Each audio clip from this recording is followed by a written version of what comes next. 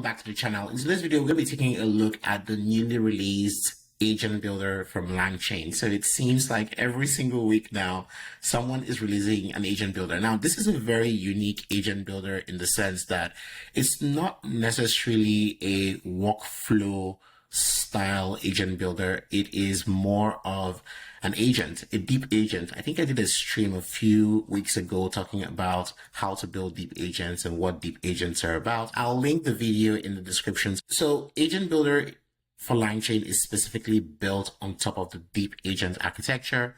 Now, if you haven't seen the deep agent architecture, I would encourage you to go look at it. There is a GitHub of deep agents. I'm going to post it in the description as well, where you can see exactly what a deep agent is. And essentially, a deep agent is basically an agent that is able to do very long running tasks and do more complicated tasks. It's built on top of LangGraph, essentially. And what we're trying to actually solve for is a style of agents that we see in coding assistants like Replit or Claude Code or Cursor.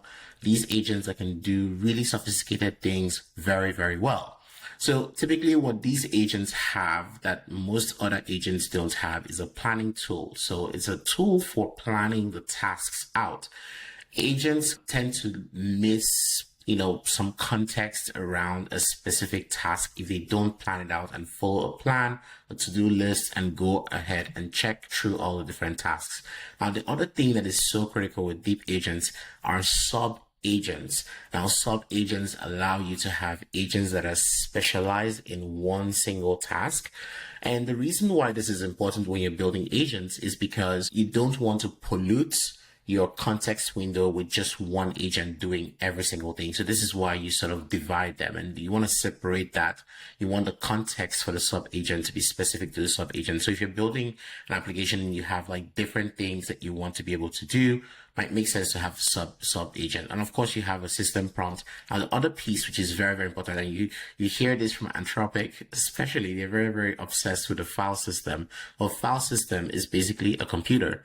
File system allows you to create files very, very quickly, search through files, execute files, all these types of things. So this is sort of the composition of deep agents. So the agent builder is built specifically on top of this particular architecture. So it's not similar to what OpenAI released a few weeks ago, which is more of a drag and drop interface. So now I want to just walk you through some of the key components of agent builder so you can get a good sense of it before we actually jump in and start building an agent. Essentially, each agent has a memory. Memory is so important when you're building agents. Like without memory, the agent doesn't learn and the agent cannot be personalized to solve those type of problems that require that sort of unique, personalized approach to it. So memory is so important. Now, agents are always going to be triggered. Now, they've listed out ways you could trigger each agent. They've mentioned Slack, Gmail, and cron jobs. Cron jobs are basically schedules. Now, the other piece, and I just talked about it, sub-agents, very important. You can have like multiple sub-agents underneath doing really specific tasks. So you have your main agent, which is sort of the entry point, and you can create these sub-agents underneath them as well. Very importantly, they've also added the capability of human in the loop. So you could have tools that trigger specific actions from a human. Now they've added accept, edit, or send feedback as the 3 possible actions you can take. And this is so important, right? If you're building any application that is going to be conversational, that is going to be dynamic, you want the human to be able to kind of interact with it in a certain way, or even within the context of enterprise workflows. If you're building any approval workflow system or any workflow system, typically, data flows from one person to another person. That person might need to edit, that person might need to provide feedback, that person may need to approve or reject. So these are some of the things that are very, very important when you're building workflow. Now, the next thing that is very important to keep in mind are also tools. Now, of course, your agents are going to be taking certain actions. So you need a set of tools. So they've built in a number of tools that they support, like Gmail, Slack. They have some search capabilities, so Tavily and Exa.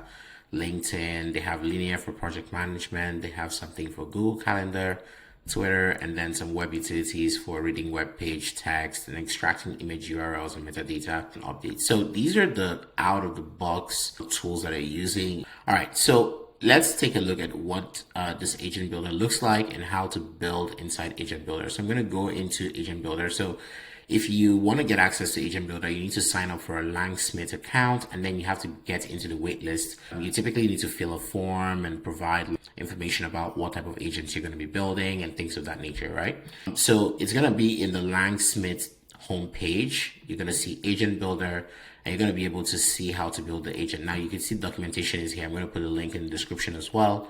And you want to build a new agent. Essentially, all you need to do is just click on the new agent here. And it's a purely chat style capability, right? You can see that here. And you can see all the tools and the triggers that are right here. You can use them. So now here's what I want my agent to be able to go and do. So we're going to try to do something really simple here. We want our agent to be able to just simply go online and research the best MCP servers out there and create a report and send it back to us in Slack. So let's just do that. Now, let's just hit send and you're going to see exactly how it's worked. So right now it's going to be basically, starting to put together like what tools are needed. So there's sort of search tools, there's read Slack. All right. So now it's asking me the question. I can hit next and it's asking me a second question. How comprehensive should a report be?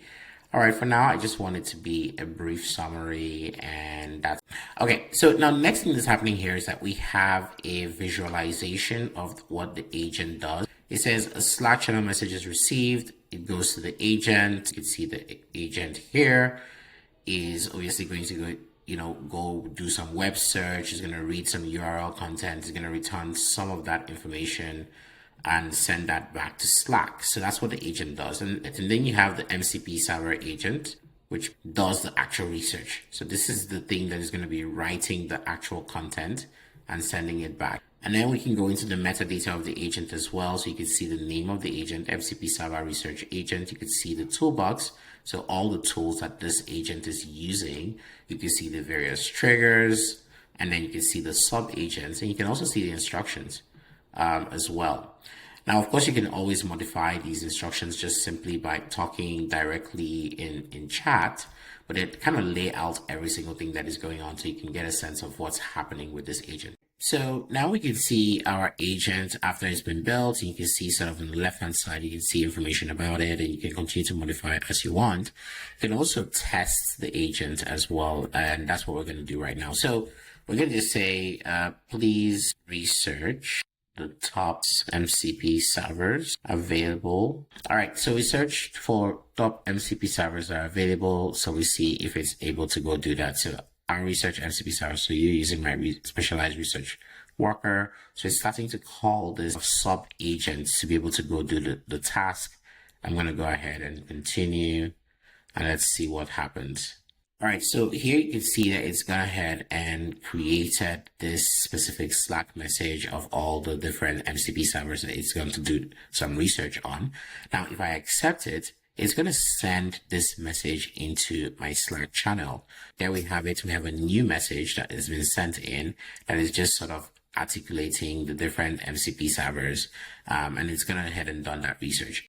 All right, and now you have your agent ready to go. If you want to make edits to it as well, you can easily add like new triggers, like cron job, or whenever you receive an email. So you can do that. And typically when you're setting up an integration, it will kind of prompt you for the authentication. And you can also add new tools if you need to. So you could just basically check the tool that you need and add it to your agent. You can also add a sub agent as well. So this is a really good hybrid between like using a conversational system that also infuses UX components for configuration. You can basically hit the use agent to be able to sort of see the agent. You can see the different threads going on in the agent, just like any other sort of chat agent. So I could say, find me the best servers for UI design. Let's see. So now it's going to go ahead and go try that out. Now this is going to take a little bit of time. So I'm going to pause it and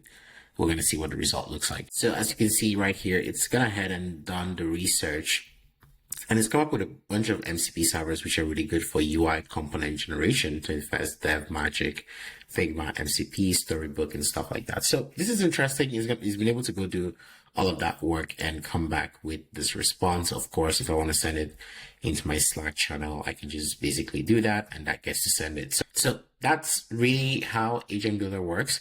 This is really interesting. I think the way they've built this is pretty elegant, especially the balance between configuring with UI components, providing feedback, as well as the way you can interactively build very sophisticated agents. All right, so there's the agent. Let me know in the comment section what you think about this particular agent builder.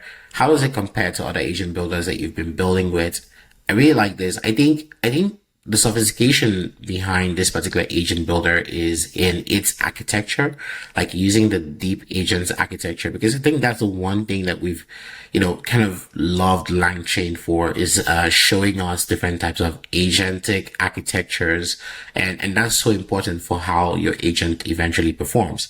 So I think the fact that they've used deep agents and they've put a really good user experience around it is pretty amazing. So I'll be curious to see what you build when you get access to it, and see, what your thoughts are. Until next time, do have a great one, and talk to you later. Cheers.